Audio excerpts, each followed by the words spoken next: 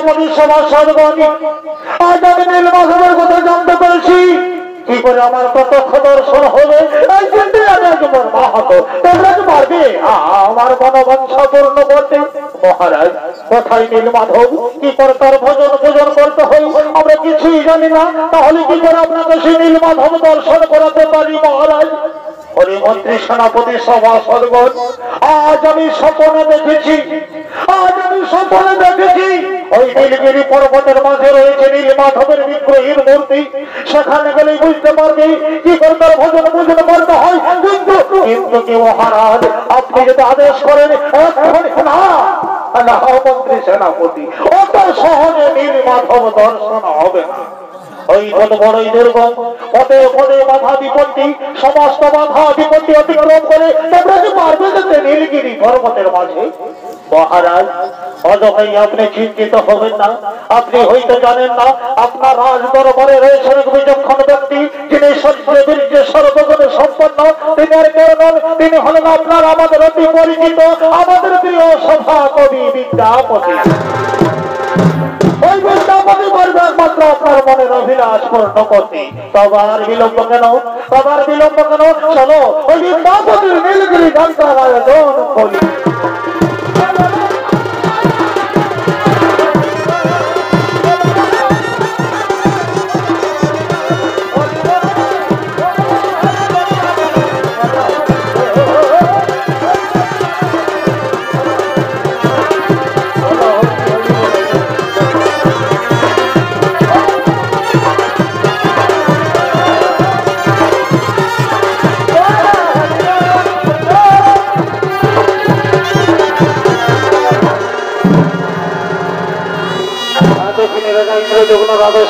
তার প্রিয় সভাপতি বিদ্যাপতি নীলমাধবের দর্শনের স্থান অনুসন্ধান করার জন্য নীলগিরি পর্বতের উদ্দেশ্যে আগমন করছে।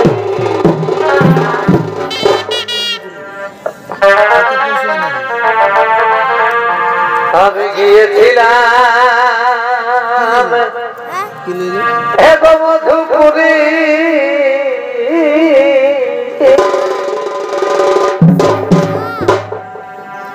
আমি গিয়েছিলাম মধুপুরী,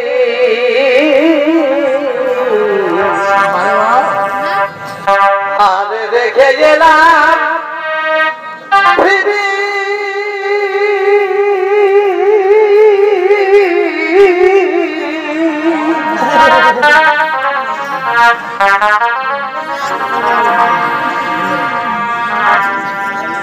গিয়েছিলাম মধুপুরী,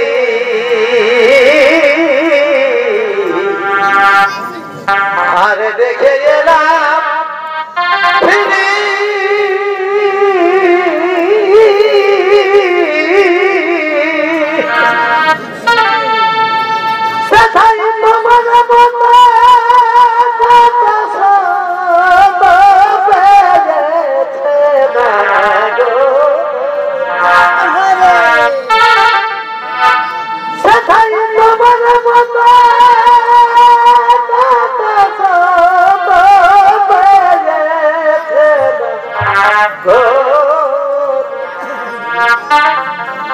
বলো কি ভাবে এই ব্রজ ব্রজে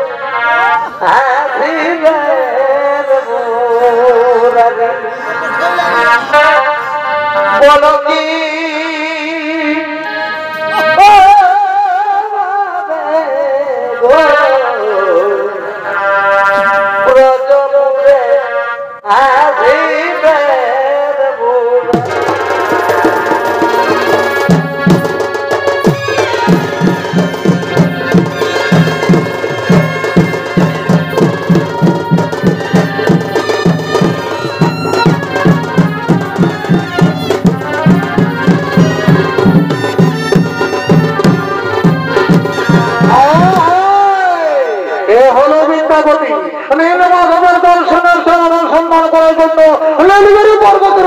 আগমন করছে। আর বিদ্যাপতির ভূমিকা নিয়ে যিনি নৃত্য পরিবেশন করে দেখাবেন উনি হলেন বাড়ি নৃত্য আনন্দ মাহাতর ছায়া সঙ্গী। তারুণ সৃষ্টিকারী বর্তমান সমাজের গতি আমার তরুণ শিল্পী ওস্তাদ প্রণব কুমার মাধব।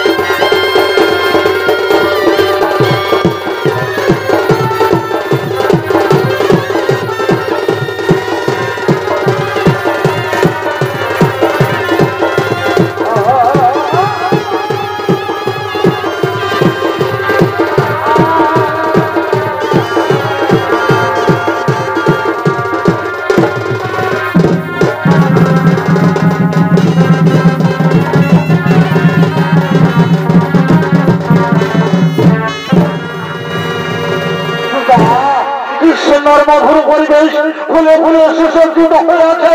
দূর থেকে বেরিয়েছে পাখির কলরব, কত ময়ূর ময়ূরী খেলা করছে। এটাই বুঝি নীলগিরি পর্বত। ঠিকই তো, সত্য বিরাজমান। এই রূপন মুগ্ধকর পরিবেশ ছাড়া কি নীল মাধব থাকতে পারে? কিন্তু না, এই দুর্গম পথে হাঁটতে হাঁটতে খোদায় তৃষ্ণায় প্রাণ যায় এই অবস্থা। আমি এখন কি করবো? ওই যে অদূরে একটি পুকুর দেখা যাচ্ছে, সেখানে জলপান করে ওই গাছের ছায়ায় বিশ্রাম করে আবার সন্ধান করবো নীল মাধবী। এই দুর্গম পথে হাঁটতে হাঁটতে খোদায় তৃষ্ণায় ক্লান্ত এই বিদ্যাপতি বসে পড়ল নীলগিরি পর্বতের মাঝে। এমন সময় নীলগিরি পর্বতের এক ছাত্রাধিপতি বিশ্ববসু সবরের একমাত্র কন্যা ললিতা সবর তার সঙ্গী সাথীদের নিয়ে ওই স্থানে ফুল তোলার জন্য করছে আগমন। অবনেকি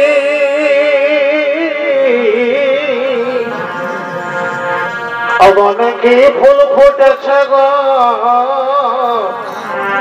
আমাকে মাথা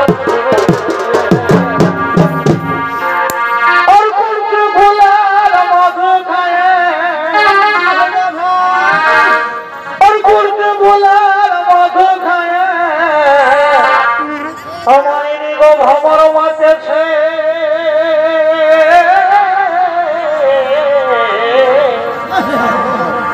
অনেকে ফুল ফুটেছে গো এ মালালে দেখাছে অনেকে ফুল ফুটেছে গো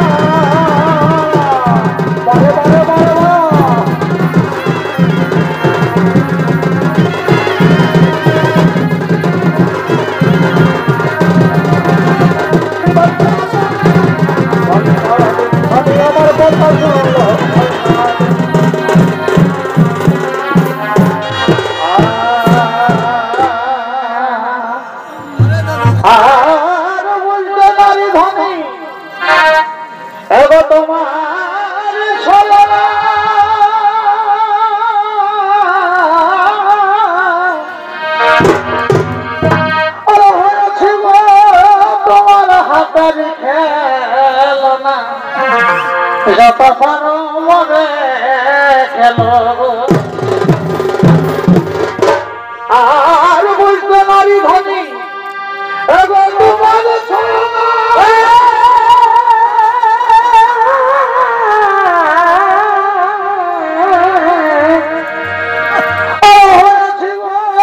তোমার হাতের খেলো না যত পারো মনে খেলো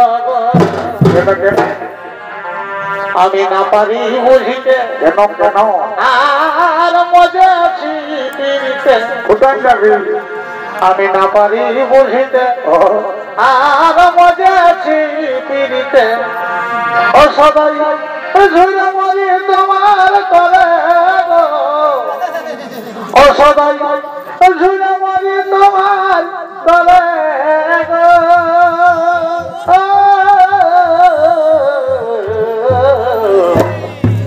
আর কত কাল কাঁদাবে ধনী মরে গো আর কত কাল কাঁদাবে ধনী মরে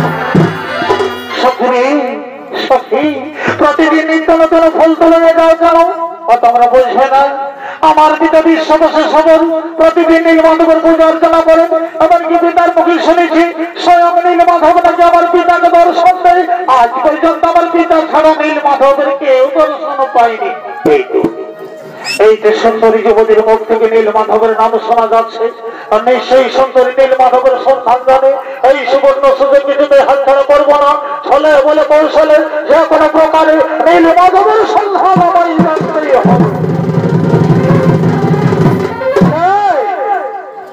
কে তুমি সুন্দরী কে তুমি সুন্দরী তোমার রূপের ছড়াই সমগ্র নীলগিরি পর্বত আলোকিত করে রেখেছে কি বা নাম কোথায় ধাম কি বা তোমার পরিচয়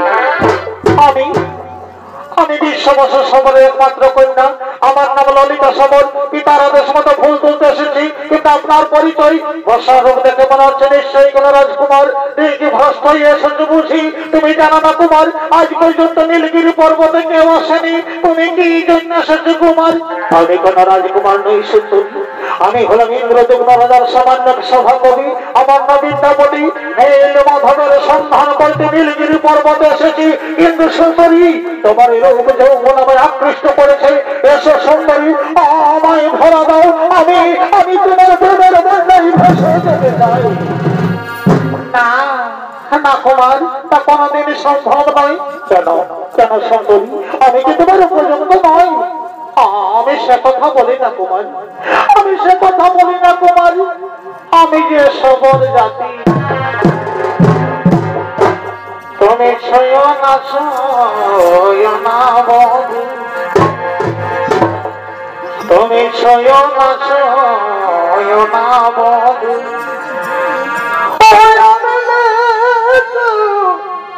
जाती है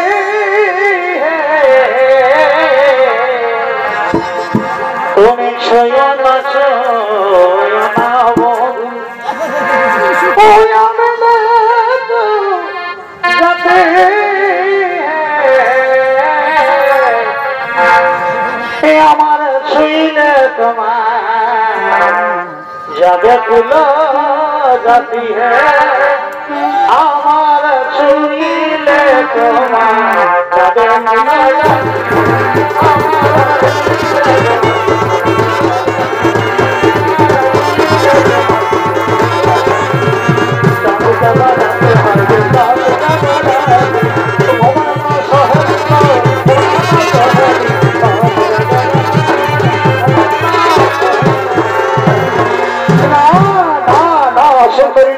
আমি কোন জাতি হইতে সর্বর্থ নই আমি তোমাকে অপর করে পেতে চাই আমি তো নাম মনে জর্জরিত তা কোনদিন সম্ভব নয় তা কোনদিন সম্ভব নয় আমি তোমাকে জানি না চিনি না তুমি কোথাকার আমি কোথাকার এইভাবে কোনদিন প্রেম হয় না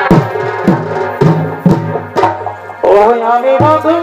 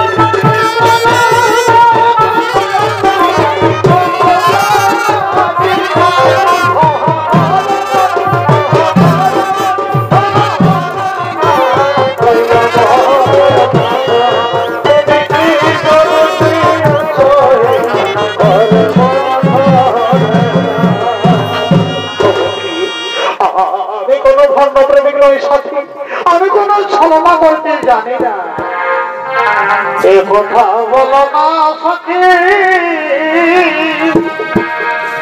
আমি সব জানি না আমি সব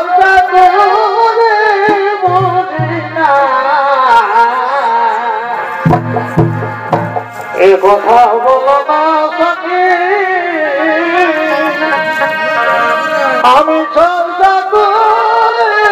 জানি না আমি সব বুঝি না এগো জীবনে তোমাকে ভুলিব জীবনে তোমাকে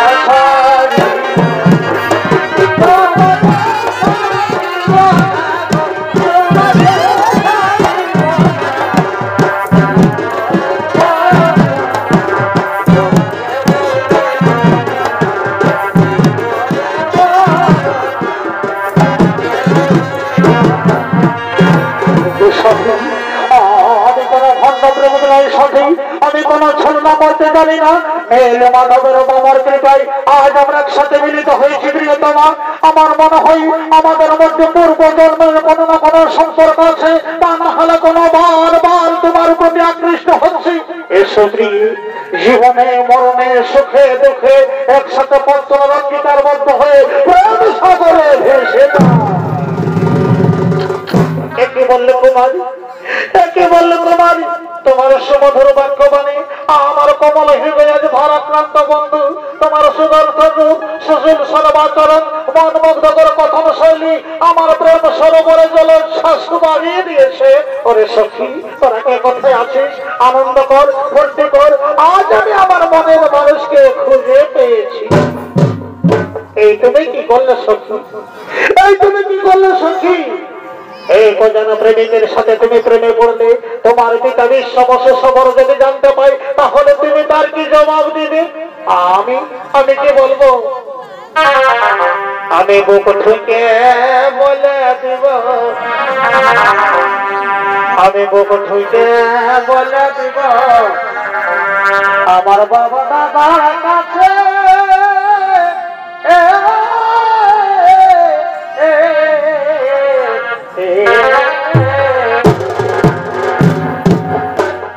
আমি বুক ঠুকে বলে দিব আমার বাবা দাদার কাছে।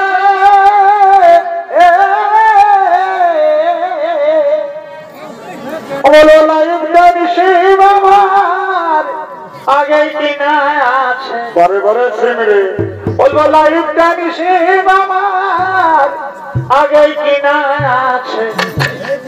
একবার শুকনো ফাগুন ঘরে লাগাবো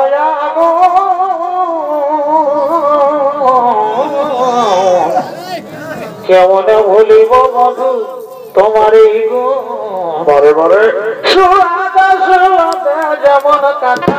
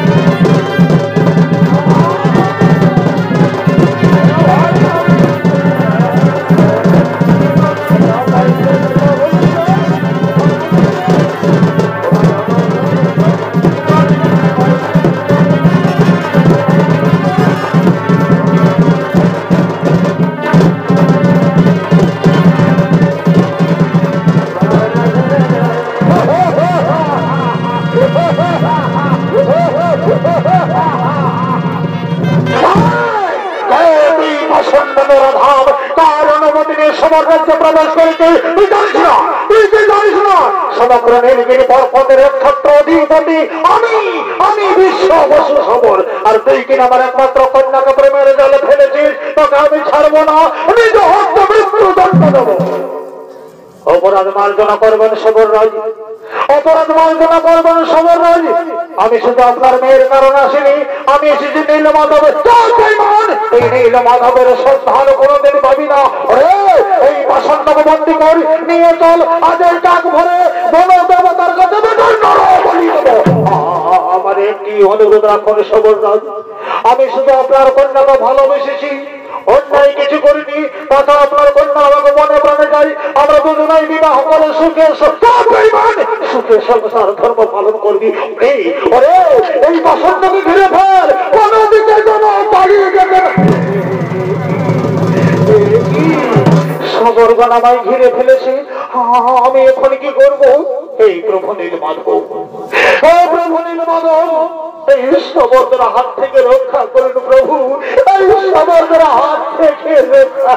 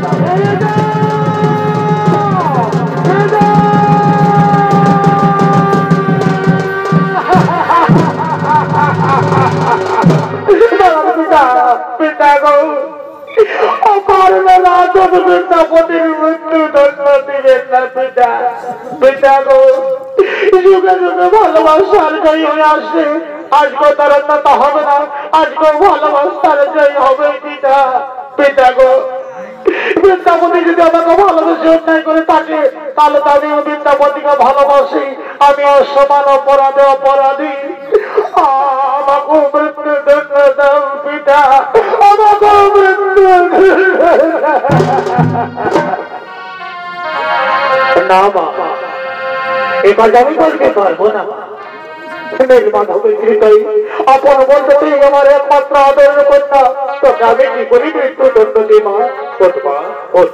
মা মা গো, যদি আমি নীলমাধবের একান্ত অনুগত ভক্ত, তবে কেন আমার মনে মনে একটা অহংকারী আসরিক শক্তি বিরাজ করতেছিল, তা তুই চোখের জল ধুয়ে মুছে দিয়েছিস মা, আমার জ্ঞান চক্ষু খুলে দিয়েছিস। বল মা, তুই আমার কাছে পিতাস মা, পিতা পিতা গো, পিতাপতি এবং আমার ভালোবাসাকে স্বীকৃতি দাও পিতা, মেনে নাও পিতা।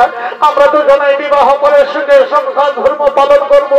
আর পিতা গো, বিদ্যাপতি যে কারণে নীলগিরি পর্বতে এসেছে, আমাদের ইষ্ট দেবতা সেই নীলমাধবের দর্শনীয় স্থান তাকে নিয়ে চলুন না। এই কাজ আমি বলতে পারবো না মা, আমি যে সত্য বলছি। নীলমাধবের সাক্ষাৎ দর্শন আজ পর্যন্ত আমি ছাড়া কেউ করিনি, অনুষ্ঠানে আমি কাউকে নিয়ে যেতে পারবো না মা। মাগো, এই কথা ছেড়ে দিয়ে তুই যা বলবি আমি তাই করবো মা। তবে ঠিকই আছে পিতা, তবে ঠিকই আছে পিতা। রইল তোমার অহংকারে মোড়া অট্টালিকা, রইল তোমার রাষ্ট্রী অলঙ্কার, সব কিছু ত্যাগ করে চললাম আমি আমার মনের মানুষের সাথে। চলো সুবিন্দ্রপতি, আমরা এক্ষুনি স্থান থেকে চলে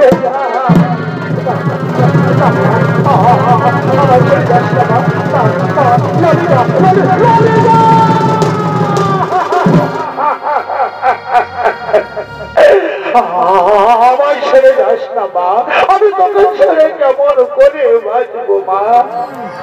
বিদ্যাপতি, আমি তোমাকে নিয়ে যেতে পারি এক বিশেষ শর্তে, তুমি তো পারবে শর্ত পালন করতে?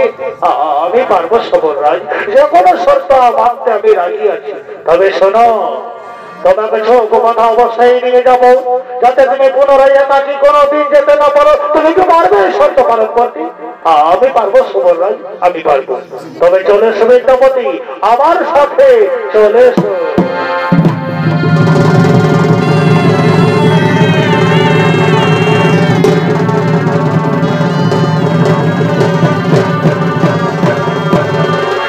মাননীয় দর্শক মণ্ডলী, বিশ্ববর্ষ সমারোহ সহযোগিতায় বিদ্যাপতি নীলমাধবের দর্শনে সন্ধ্যার পর সঙ্গে সঙ্গে রাজেন্দ্র দেবনাকে জানায়।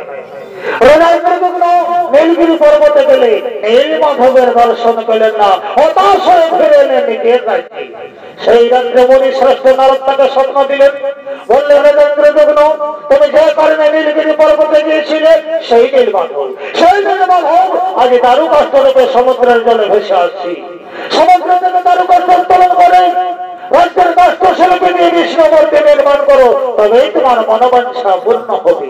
রাজেন্দ্র দেবরা তাই বলে দারুকাষ্ঠ সমুদ্র থেকে উত্তোলন করি রাজ্যের সমস্ত কাষ্ঠশিল্পীকে ডেকে আনলেন, কিন্তু সমস্ত কাষ্ঠশিল্পী বিষ্ণুমূর্তি নির্মাণে ব্যর্থ হল। তাই কি করে দারুকাষ্ঠ দিয়ে বিষ্ণুমূর্তি নির্মাণ করা যায়? এই চিন্তা করতে করতে সমস্ত সভাসদ নিয়ে বিষণ্ণবদনে রাজদরবারে বলছে আগমন।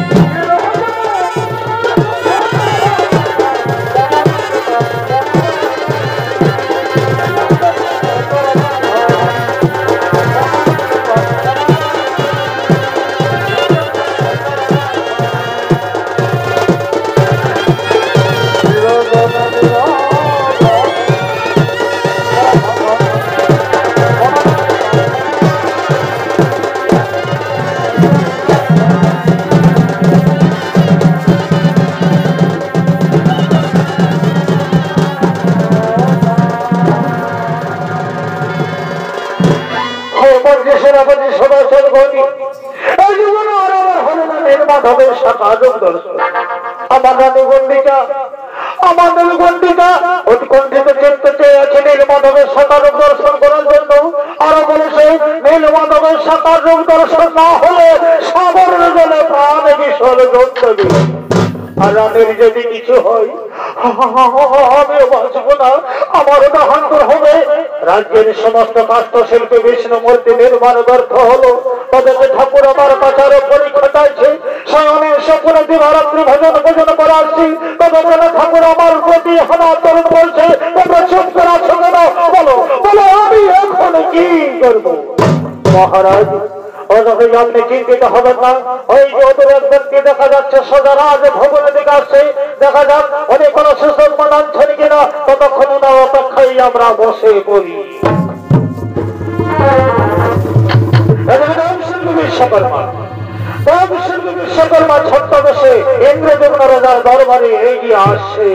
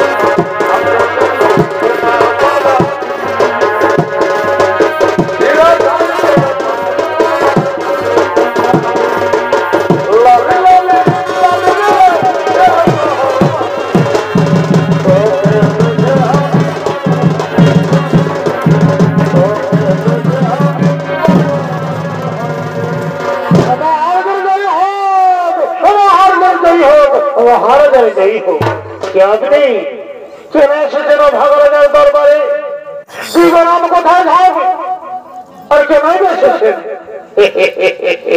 মহারাজ, আমার নাম অনন্ত মহারানা, আমার নাম অনন্ত মহারানা। আমি শুধু শক্ত শক্ত কাষ্ঠের মূর্তি নির্মাণ করতে পারি। শুনলাম আপনি দারু কাষ্ঠ দিয়ে বিষ্ণু মূর্তি নির্মাণ করবেন, এই জন্য আমি আপনার দরবারে এসেছি মহারাজ। হ্যাঁ, আপনি পারবেন, আপনি পারবেন দারু কাষ্ঠ। আহা, মন্ত্রী মশাই কি যে বলেন! এই যে আমার হাত, এই যে আমার হাত, এই হাত আমার বজ্রের থেকেও বেশি শক্তিশালী। এই হাত দিয়ে মৎস্য বরাহ কুর্ম কত কত মূর্তি নির্মাণ করেছে, তার কোনো হিসাব নাই। হ্যাঁ, তোমার বিলম্ব কেন? তোমার বিলম্ব কেন? ওই যে তার কষ্ট। আহা রাজা মশাই, অত পাবক হবে না রে বাবা। নির্মাণ তো আমি করবই, নির্মাণ তো আমি করবই, কিন্তু একটি শর্ত আছে। আমার শর্ত হলো 21 দিন ধরে চলবে নির্মাণ কাজ।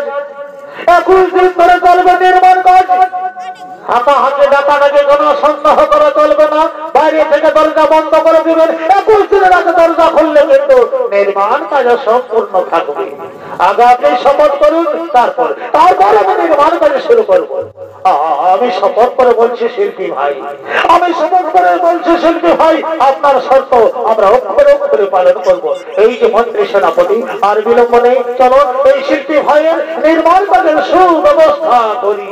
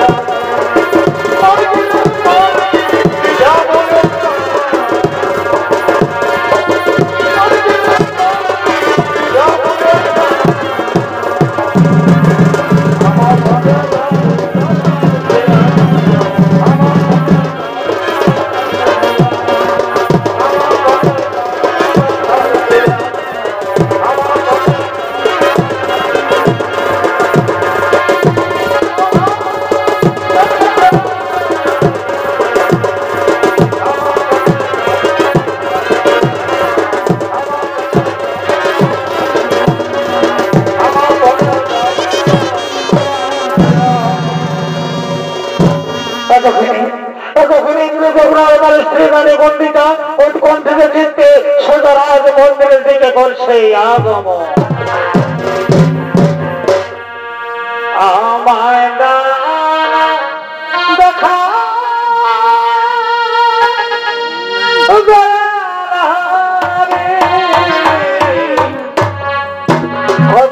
গেলে তোমায়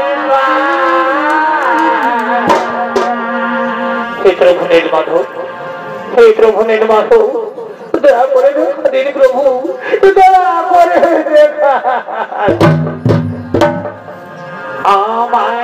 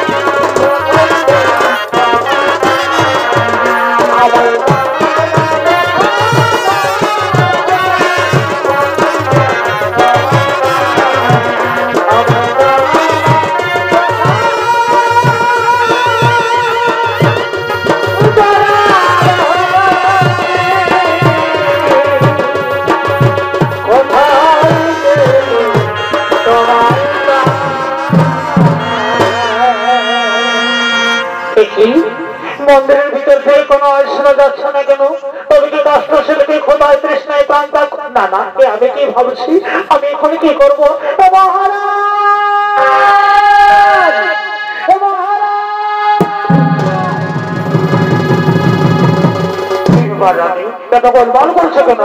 মহারাজ, মন্দিরের ভিতর থেকে কোনো আওয়াজ শোনা যাচ্ছে না। আমার মনে হয় কাষ্ঠশিল্পী খোদায় তৃষ্ণায় প্রাণ ত্যাগ করেছেন।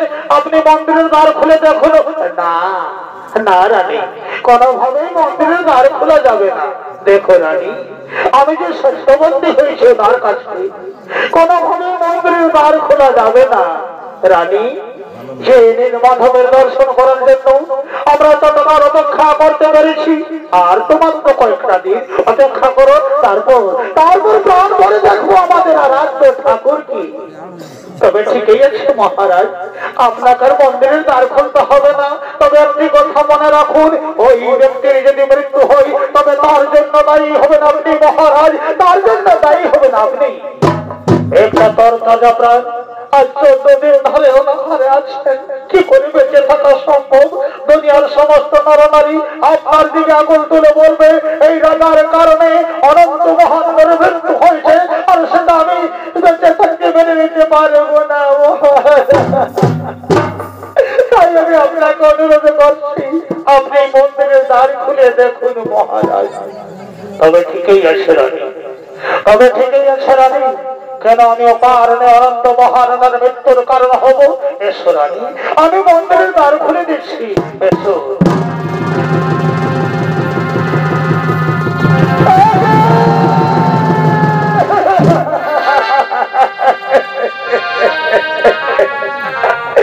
আমি কি করলাম প্রভু? আমি কি দেখছি প্রভু? এই আমি কি করলাম? প্রভু, বহুদিনের সাধনা আমার সবাই বিফল হল প্রভু, আমাকে আপনি ক্ষমা করুন প্রভু, আমাকে আপনি ক্ষমা। হে প্রভু, নারী বুদ্ধিতে পরিচালিত হয়ে আমি কাজ করে ফেলেছি, আমাকে আপনি শাস্তি দিন প্রভু, আমাকে আপনি শাস্তি।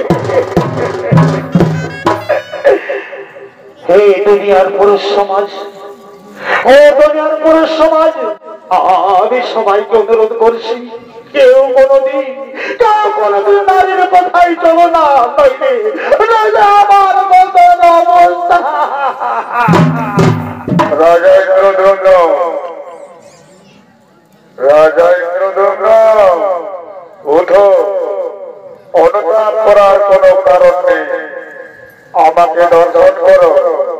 আমি স্বেচ্ছায় রূপ পরিগ্রহ করেছি, আমি অনন্ত, আমি অব্যক্ত, আমি পরম ব্রহ্ম, আমি রজ তম, আমি সত্য শিব সুন্দর, আমি সেই আমি ব্যক্ত হব এই রূপে কলিযুগে, আমি এই রূপেই প্রকটিত হব, এই ক্ষেত্র পুরুষোত্তম ক্ষেত্র রূপে পরিচিত হবে। বিশ্ব বসু সমরের উত্তরাধিগণ দৈতাপতি হবে, দ্বিতাপতি ব্রাহ্মণের শত সন্তানগণ আমার পূজা করবে, সবর গর্ভজাত সন্তানগণ এর সুপকারিত হবে। এই ক্ষেত্রে কোনো জাতের ভেদ রইবে না, যেই হস্ত প্রসারিত করে আমাকে চাইবে কেবল ভক্তিতেই আমাকে পাইবে। আমি তোমার নিষ্ঠা ও ভক্তিতে সত্য, তুমি যে মোর প্রার্থনা করবি করো। হে প্রভু, হে প্রভু, আপনার কৃপায় যেন কলির মানব কীট পতঙ্গ সকলে আপনার ভক্তি সাধনায় মগ্ন হয়ে কৌশলে বেঁচে থাকতে পারে, এটাই আমি আপনার কাছে প্রার্থনা করছি প্রভু, এটাই আমি আপনার কাছে প্রার্থনা করছি। তথাস্তু, তথাস্তু রাজা ইন্দ্রধন্য, তথাস্তু। এসো রানী, আরন্ত ঠাকুরের আমরা আরাধনা করি।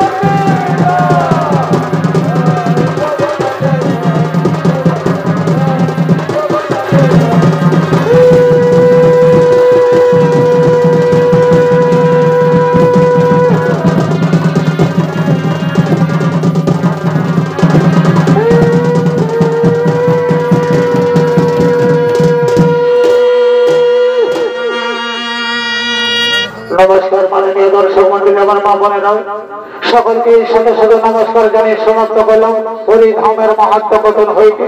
জয় জগন্নাথ পালা, জয় শিব শম্ভু, জয়।